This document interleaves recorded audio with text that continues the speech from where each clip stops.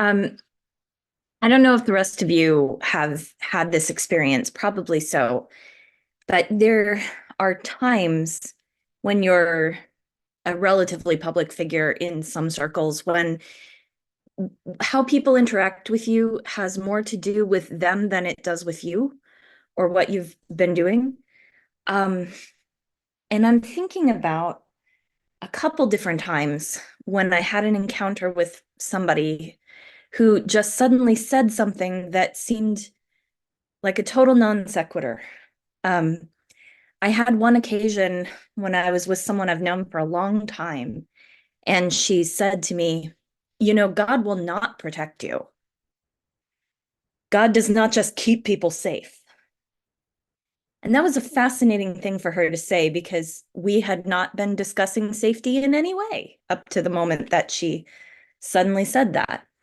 And in an entirely different conversation with a very different person who I've also known for quite some time, also, we were not discussing safety.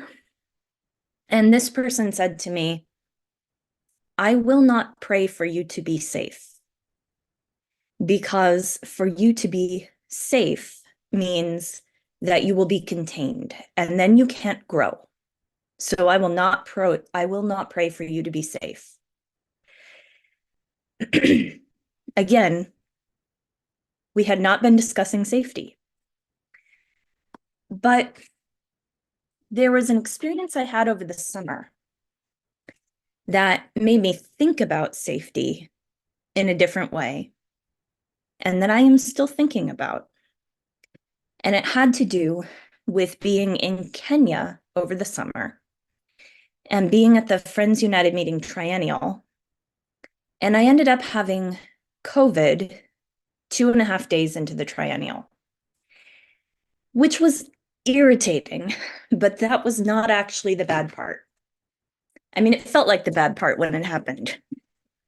Um, so I got sent to a Kenyan doctor's office and a whole bunch of stuff happened.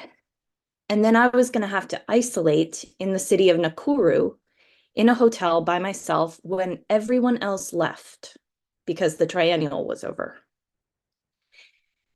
And that scared the ever-loving tar out of me because I didn't know what I would do if anything happened, and because I didn't have like a backup plan, and I couldn't even leave the hotel and go get food because I had COVID and I was supposed to be isolating.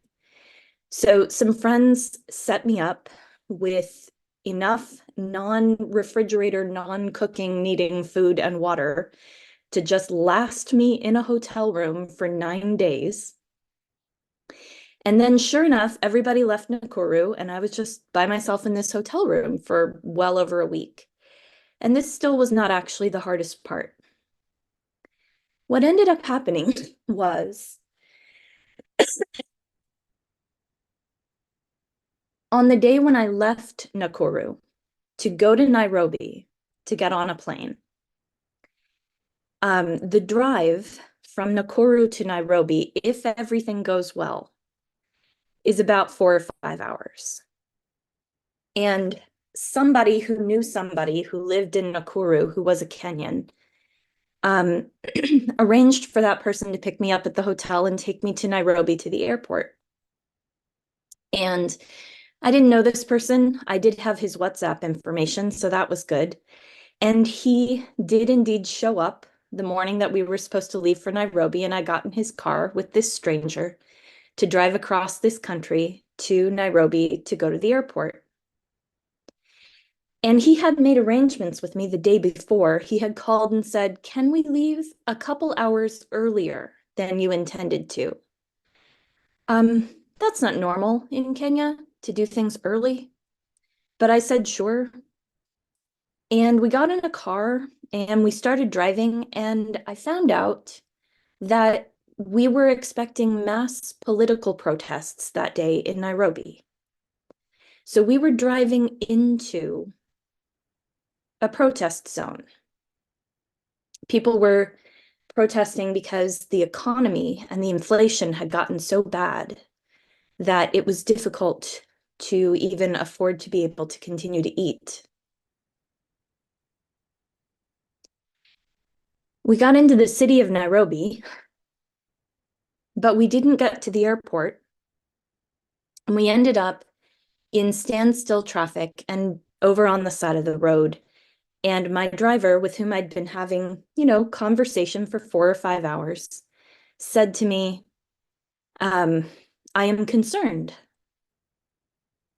And I knew that chances were good that he was understating the situation. Because again, this is Kenya. He said, I am concerned. And he rolled down a window and asked somebody standing by the side of the road what was going on. And that person said to him, you cannot go any further in this direction because there is a protest crossing the entire street.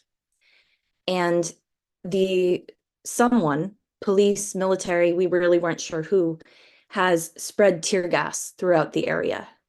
So you can't go forward. And there was only one other way that my driver knew of to get to the airport. And that road too, he found out, was blocked by protesters and tear gas. So I'm sitting on the side of the road in a strange country with a stranger.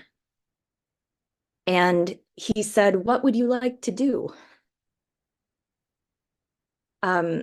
There were so many strange little things about this situation. Like we were pulled over and he got a phone call from somebody and he said, my uncle is nearby. He has just had an eye appointment and needs a ride home. Would you mind if he got in the back seat?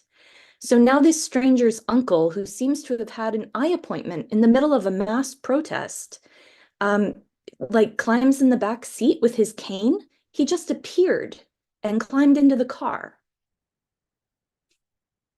And the other thing that I remember really distinctly is looking out a window and seeing that there was a group of people building a Mormon temple on the corner.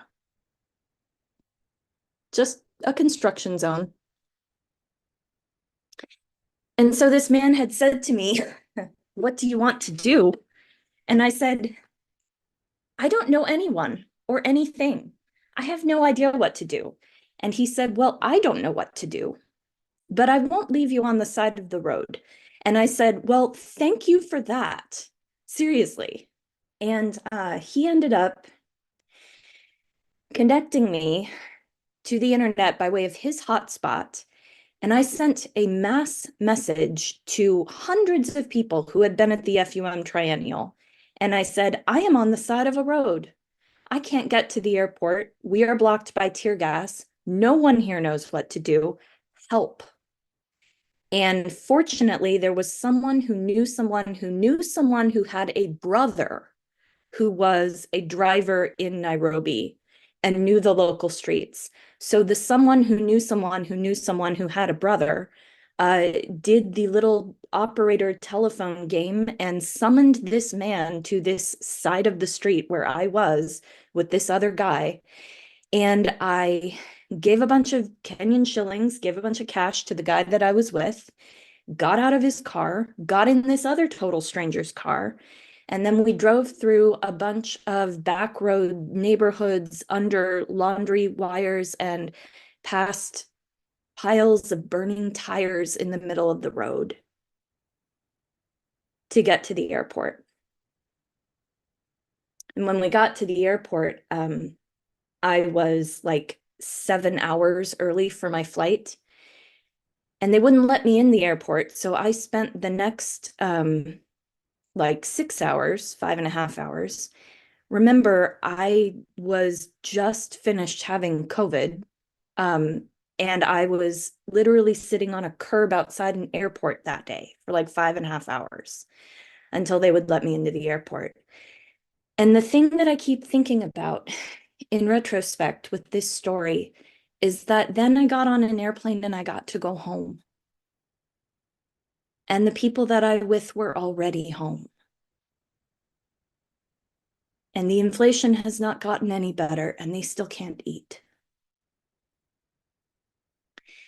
And so what this makes me think about and remember is this concept of safety.